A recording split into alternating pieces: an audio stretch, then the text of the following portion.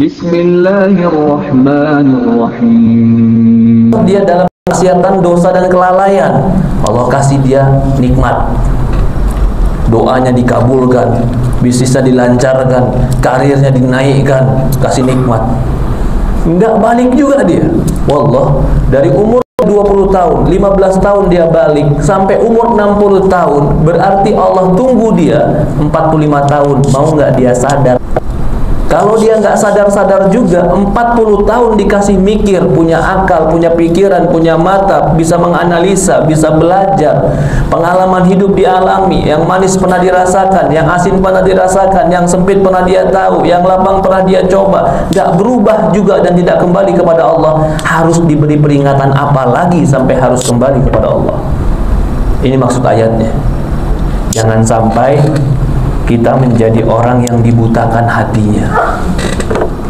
Maka para ulama mengatakan, ketika menafsirkan firman Allah Subhanahu wa taala, ya, falamma balagha ashud falamma balagha 40 sana, ketika dia sudah sampai pada usia 40 tahun, balagha ashuddah, dan telah sampailah di usia kematangan. Asyudda itu kematangan. 40 tahun itu harusnya orang sudah matang.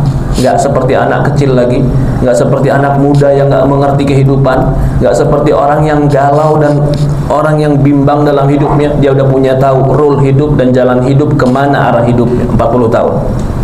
Kalau di usia itu dia belum tahu kemana arah dia akan kembali, maka dia bisa jadi akan tercetak dengan tabiat yang tidak akan bisa berubah. Karena tabiat diri, jiwa diri ini ditempa sesuai kebiasaan. Kalau dia membiasakan dirinya di dalam kemaksiatan dan dosa selama 20 tahun sampai 40 tahun, berarti kemaksiatan itu bukan lagi menjadi sebuah kebiasaan, tapi sudah menjadi tabiat. Karena dilakukan terus-menerus. Awalnya dia coba, kemudian dia suka, kemudian dia ulang, kemudian kebiasaan, kemudian jadi tabiat. Kalau sudah jadi tabiat, kalau tabiatnya kebaikan, alhamdulillah. Kalau tabiatnya adalah kemaksiatan dan dosa, wallah, na'udzubillah. Apa yang terjadi? Ketika dosa dan tabiat, dosa dan kemaksiatan menjadi tabiat, sangat kecil kemungkinan dia merubah dirinya. Bagaimana dia mau merubah dalam keadaan 2 hari kebiasaan yang dia lakukan 40 hari, 40 tahun? Bagaimana dia mau merubah dirinya dalam keadaan seminggu, sementara dia telah menancapkan, menanamkan kepada dirinya selama 40 tahun kejelekan? Maka itu kata para ulama, bagi mereka yang di usia 40 tahun dan mendekati 40 tahun dan belum merubah kebiasaan jeleknya, dikhawatirkan kebiasaan jelek menjadi tabiat. Maaf Pak, kalau kita lebih dalam lagi, contoh begini. Orang yang dibiasa di masa mudanya mengumbar nafsunya, dia ikuti apa kata syahwatnya, dia nggak peduli apa yang terjadi, yang penting saya punya uang, saya bayar, saya lakukan. Dia ikuti terus. Sekali 2 kali mungkin belum bisa menjadi candu dan kebiasaan, tapi dia ikuti itu terus sampai 20 tahun Pak. Coba saya contohkan saja. Merokok bisa nggak sehari 2 hari langsung saya berhentikan? Nggak bisa. Padahal rokok itu. Bagaimana yang tabiat itu bukan rokok lagi, bukan kebiasaannya, bukan rokok lagi, kebiasaannya maksiat. Kalau dia nggak cepat berhenti di usia 40 tahun, kemaksiatan itu menjadi perangai dirinya, kebutuhan jiwanya yang nggak mungkin dia bisa berpisah dari itu. Sehingga akan ada tanda dia mati dalam keadaan kejelekan. Tapi kalau di usia 40 dia mulai berhenti, hentikan. Sudah mulai turun sekarang kegagahan, sudah mulai turun sekarang tenaga, sudah mulai 40, sudah mulai turun sekarang kulit yang dulu gagah, 40 itu turun. Yang dulu biasa kuat mulai lemah, turun. Lalu dia barengi dengan merubah dirinya maka itulah yang dikatakan orang yang merubah kebaikan. Di akhir ayatnya ada orang bilang, Ustaz, saya kan masih muda, santai aja, nanti udah tua saya rubah Ustaz. Allah, saya katakan itu cuman angan-angan. Bagaimana kamu merubah sesuatu yang menjadi tabiat dan kebiasaanmu? Tiba-tiba kamu rubah? Gak bisa. Tapi yang benar adalah ketika di masa mudanya dia punya uang, perhatikan, dia punya fisik yang gagah, dia punya tenaga, dia punya dorongan syahwat yang kuat. Faktor ini kan besar di dalam jiwa. Uang ada. Dulu waktu di kampus punya ada faktor dorongan jiwa, tapi uang nggak punya, cuma tinggal angan-angan. Sekarang uang ada, fisik ada, kemampuan ada, tapi dia patahkan takut sama Allah. Padahal dorongannya besar. Maka ketika dia tua, dorongan kan semakin kecil, syahwat semakin kecil, tubuh juga nggak semakin gagah. Walaupun ada uang, tapi orang nggak menarik. Beda dengan anak muda yang punya uang.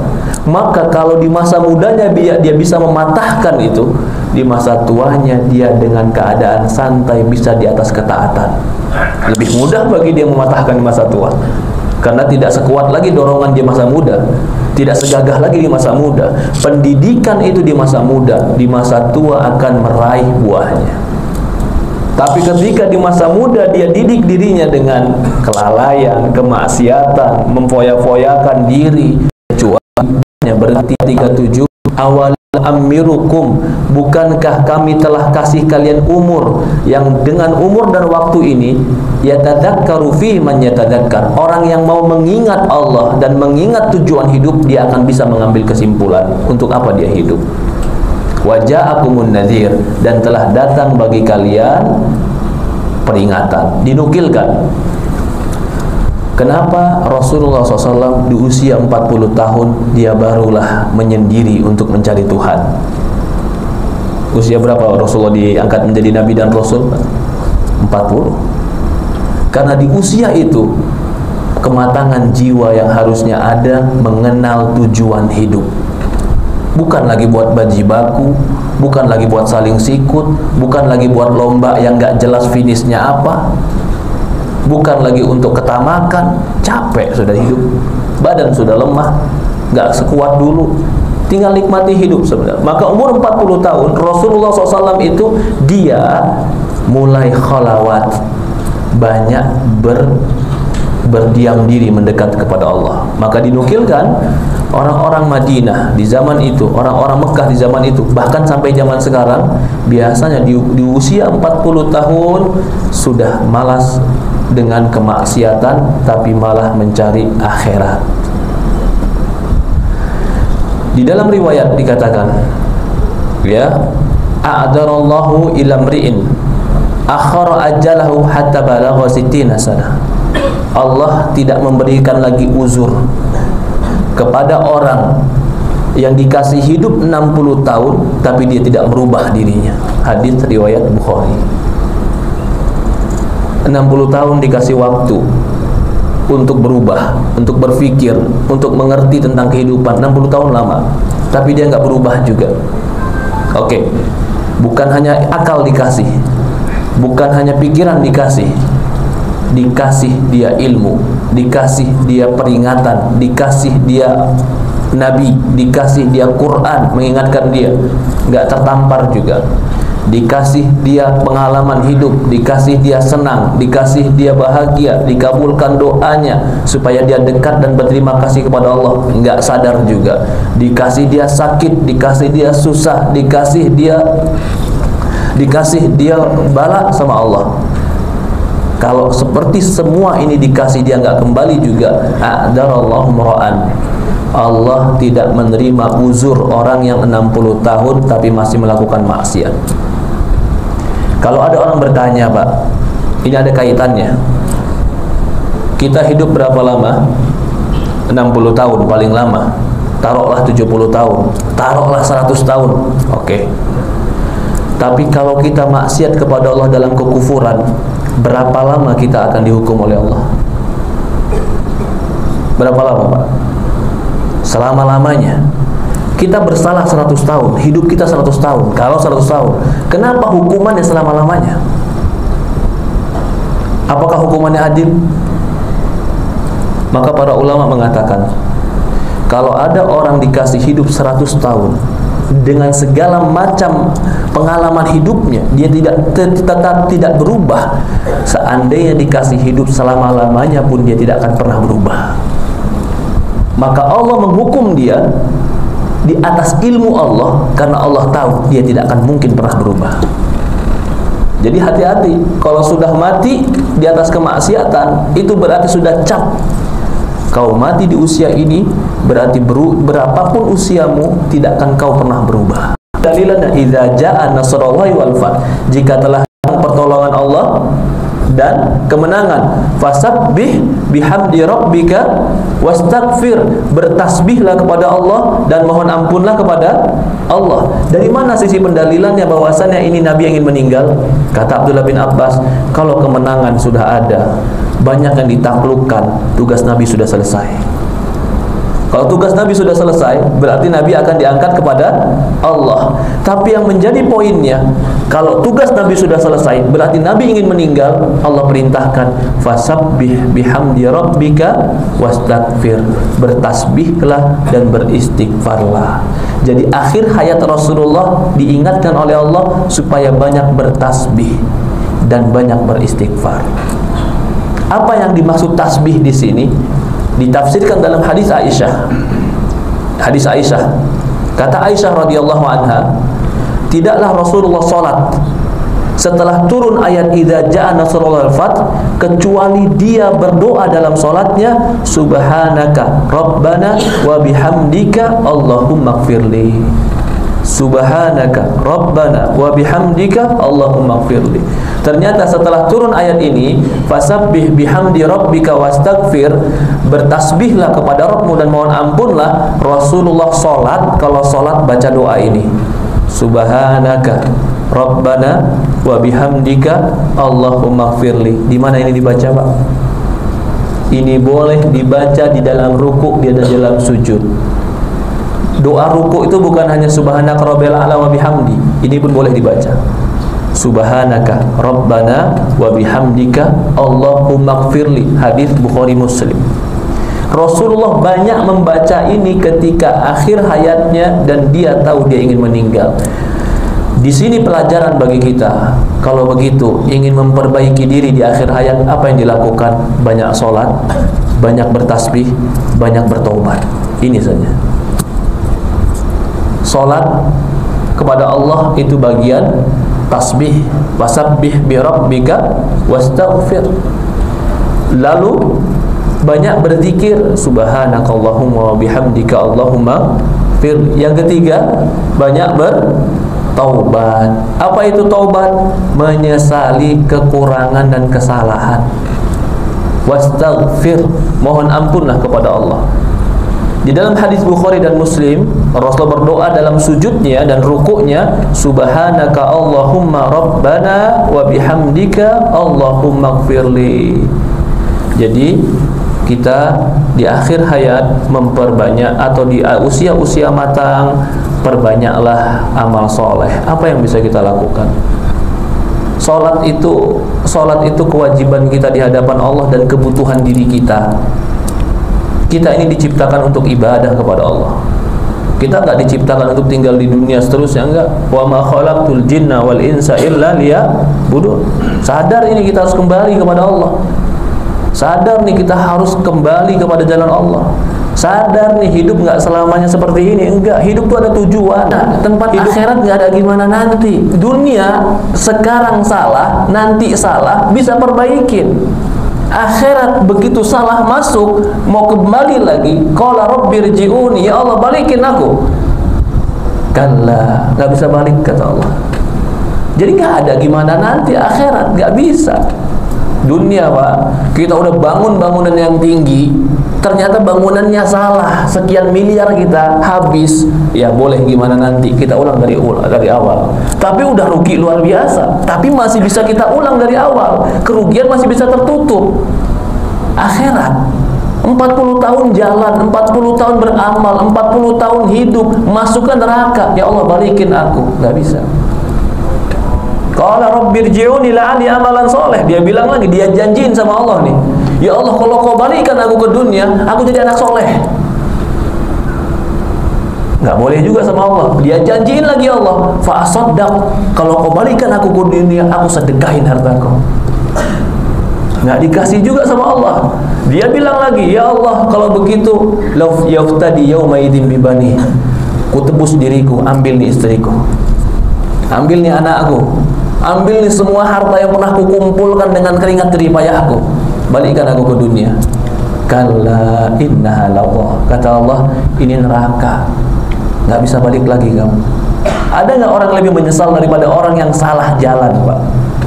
Maka saya umpamakan, Pak, ada orang jalan 4 hari 4 malam dengan segala bentuk, dengan segala perbekalannya. Dia jalan naik gunung, turun lembah, lewatin sungai, panas padang pasir, 4 hari 4 malam dia jalan. Sampai di tujuannya, kata tempat tujuannya, kamu salah tempat, balik lagi kamu. Menyesal nggak dia? 4 hari 4 malam dengan segala keletihannya disuruh balik lagi. Tapi dia masih bisa balik lagi. Dan itu hanya 4 hari 4 malam. Ada orang yang 60 tahun jalanan kehidupannya salah, dan dia minta balik lagi, nggak dikasih balik. Kapan itu? Akhirat. Akhirat itu ada. Akhirat itu hidup kita ke situ. Yang tidak percaya akhirat rugi hidupnya. Wa ma yuhlikuna illa. Memang kita bersenang, silahkan. Allah nggak haramkan kita bersenang-senang, tapi bersenang-senang dalam koridor Allah. Allah nggak pengen kita juga susah, tidak. Allah pengen kita kaum muslimin dalam kebaikan, tapi tetap dalam syariat-syariat Allah. Nikmati hidup silahkan, tapi jangan lupakan Allah.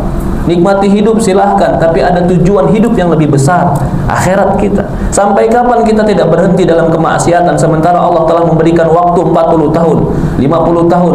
Allah beri kita kenikmatan, Allah berikan kepada kita kelapangan, Allah kabulkan doa-doa kita dengan harapan kita kembali kepada Allah. Ternyata setelah dikabulkan doa dan permintaan malah maksiat sama Allah. Nasallallahu alaihi.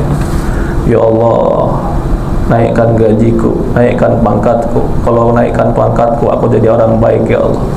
Ternyata begitu dinaikkan gaji dan pangkat, bukan tambah baik, malah tambah jarang ke masjid. Subhanallah. Kalau dia ngegombalin manusia, kecewa nggak manusia? Manusia digituin kecewa nggak, Pak? Manusia itu langsung kontan, marah kepada kita. Saya tidak percaya lagi sama kamu. Allah enggak, maafin kita, Pak. Udah biarin dah. Kasih waktu dia lagi hidup, kasih lagi dia nikmat, kasih lagi dia kebaikan. Mudah-mudahan ditambah nikmat ini dia tambah kembali kepada Allah. Kurang lembut apa lagi Allah sama kita? Kurang baik apa lagi Allah sama kita? Ya subhanallah. Kalau usia, nikmat, kebaikan ini tidak mengantarkan kita dekat kepada Allah, fabi ayyi ala'i rabbikuma tukadziban. Nikmat mana lagi yang mau didustakan di hadapan Allah Subhanahu wa taala? Ya, maka usia 40 tahun, 50 tahun, 60 tahun sudah tidak pantas, tidak mengerti makna hidup. Sudah tidak pantas seperti orang yang tidak mengerti kehidupan. Harusnya matang dalam berpikir, tujuan hidup tahu, akhir dari kehidupan ini tahu. Persiapkan dengan istighfar, persiapkan dengan bertasbih, persiapkan dengan amal soleh. Allah Tuhan kita Maha Pengampun lagi Maha Penyayang. Di dalam hadis yang lain dari Anas bin Malik radhiyallahu anhu dikatakan bahwasannya dari Aisyah, ketika Aisyah menceritakan idza ja'a nasrullahi wal fath, artinya adalah Rasulullah banyak salatnya membaca subhanakallahumma wa bihamdika Allahumma ighfirli. Di dalam sebuah riwayat dalam Jabir bin Abdullah, Rasulullah bersabda, yub'atsu kullu 'abdin ala ma mata alaihi. Seorang hamba akan dibangkitkan nanti di yaumul qiyamah sebagaimana keadaan mati dia. Maksudnya gimana hadis ini, Ustaz? Bagaimana keadaan matimu, begitu kau akan dibangkitkan. Sudah. Bagaimana matimu dalam maksiat, imanmu dalam terpuruk, kau dibangkitkan dalam keadaan maksiat dan imanmu terpuruk. Bagaimana keadaanmu ketika mati dalam kelalaian kepada Allah, engkau dibangkitkan pun dalam keadaan lalai kepada Allah. Jadi dibangkitkan itu betul-betul seperti kita sekarang dalam keadaan iman kita, hati kita, pikiran kita, fisik kita seperti sekarang. Ada orang mengatakan, oh maksudnya dibangkitkan ketika matinya sakit dan dibangkitkan sakit. Itu diantara maknanya. Tapi makna yang lebih dalam adalah kau akan dibangkitkan sesuai imanmu ketika di dunia. Kalau di dunia sedang lalai, sedang lupa, ketika dibangkitkan pun nanti lalai dan lupa baik. Orang yang membiasakan kejelekan dalam kehidupan sangat mungkin mati dalam kejelekan karena kejelekan menjadi kebiasaan. Seorang mukmin membiasakan kebaikan dalam hidupnya. Mungkin ini yang kita bahas para jamaah yang dimuliakan dan dirahmati Subhanahu wa taala. Bekalkan hidup kita dengan bertasbih, bekalkan hidup kita dengan istighfar, sudahi hidup kita dari kemaksiatan, cukupi segala bentuk dosa-dosa yang pernah dilakukan. Allah Maha Pengampun, Allah Maha Pemaaf. Jangan terus dibiarkan kemaksiatan itu dilakukan sampai menjadi tabiat. Ketika dia menjadi tabiat, kita akan mati dalam keadaan bagaimana tabiat kita. Nasallallahu assalamu wal afiyah. Semoga Allah rahmati kita dan ampuni kita. Ada pertanyaan, tafadhol, dipersilahkan. Mungkin ada pertanyaan sebelum ditutup.